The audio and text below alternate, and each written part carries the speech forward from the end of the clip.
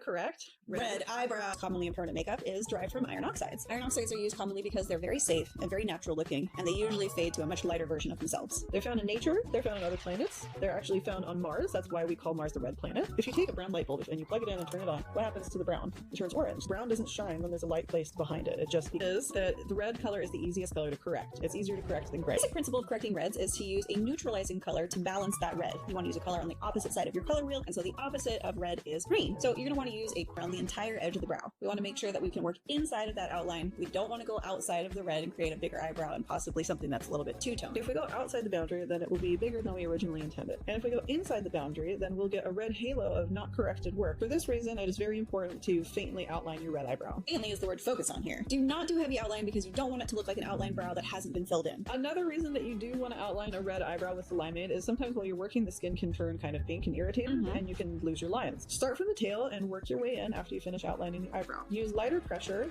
as you get towards the bulb of the eyebrow to create a natural gradient effect. Faded more in some places and less in others. A good example of this is sometimes in the tail area, you may see it a bit darker there, and in the bulb area, it might be faded completely away. So you need to take this into consideration when doing your correction. You can apply more corrective color in the places where the color is more intense, and less corrective color in places where the color is less intense. And eyebrows. As you can see, it's not a complicated process, but it does require skill and knowledge from your technician.